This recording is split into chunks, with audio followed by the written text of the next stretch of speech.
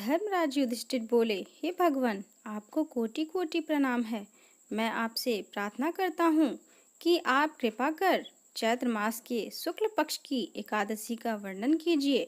श्री कृष्ण भगवान बोले, हे राजन, आप एक पुराण कथा सुनिए जिसको वशिष्ठ जी ने राजा दिलीप से कही थी। राजा दिलीप ने पूछा कि गुरुदेव, चैत्र मास के शुक्ल पक्ष की एकादशी का क्या नाम है, उसमें किस देवता की पूजा होती है तथा उसकी विधि क्या है, सो सब आप कृपा पूर्वक कहिए। महर्षि वशिष्ठ जी बोले, हे राजन, चैत्र मास के शुक्ल पक्ष की एकादशी का नाम कामदा है। यह पापों को नष्ट कर देती है, जैसे अग्नि सूखे काष्ठ आदि को जलाकर नष्ट कर देती है। इसके पुण्य के प्रभाव से समस्त पाप नष्ट हो जाते हैं और पुत्र की प्राप्ति होती है। इसके व्रत से कुयोनि छूट जाती है और अंत में स्वर्ग की प्राप्ति होती है। अब मैं इसका महात्म्य कहता हूँ, ध्यान पूर्वक सुनो। प्राचीन काल में एक भोगीपुर नामक नगर था। वहां पर अनेक ऐश्वर्यों से युक्त पुंडरीक नाम का एक राजा राज्य करता था। वहां अनेकों अप्सरा, गंधर्व, किन्नर आदि वास करते थे। उसी जगह ललिता और ललित नाम के स्त्री पुरुष अत्यंत वैभवशाली घर में निवास करते हुए विहार किया करते थे। वे दोनों एक दूसरे को बहुत प्रेम करते थे और आपस में अलग हो जाने पर व्याकुल हो जाते थे। एक समय राजा पुंडरीक गंधर्व सहित सभा में शोभायमान थे। उस जगह ललित गंधर्व भी उसके साथ गाना गा रहा था और उसकी प्रियतमा ललिता उस जगह नहीं थी।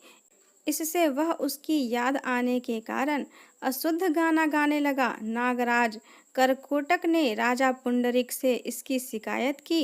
इस पर राजा पुंडरीक ने श्राप दे दिया कि अरे दुष्ट, तू मेरे सामने गाता हुआ भी अपनी स्त्री का स्मरण कर रहा है। इससे तू कच्चे मांस और मनुष्य को खाने वाला राक्षस होगा। तू महापापी है, अपने कर्म का अब तू फल भोग। राजा पुंडरीक के श्राप से वह ललित गंधर्व उसी समय एक विकराल राक्षस हो गया। उसका मुख भयानक हो गया। उसके नेत्र सूर्य चंद्र के समान प्रदीप्त होने लगे।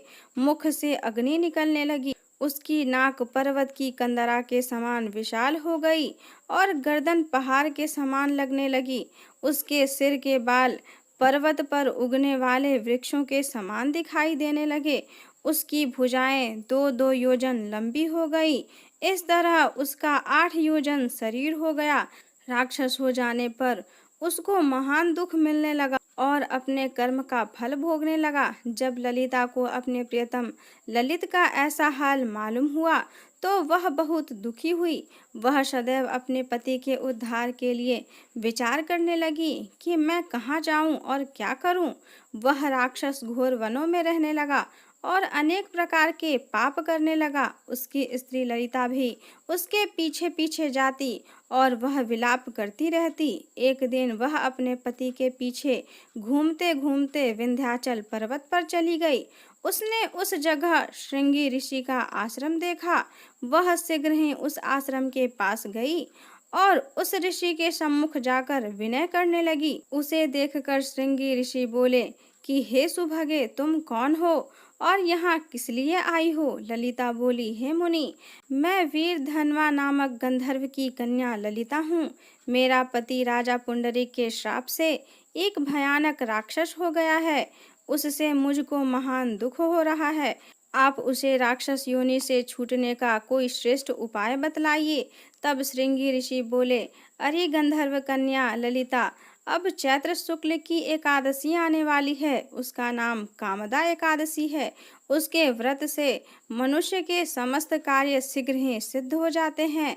यदि तू उसके व्रत के पुण्य को अपने पति को देगी तो वह शीघ्र ही राक्षस योनि से छूट जाएगा और राजा का श्राप शांत हो जाएगा।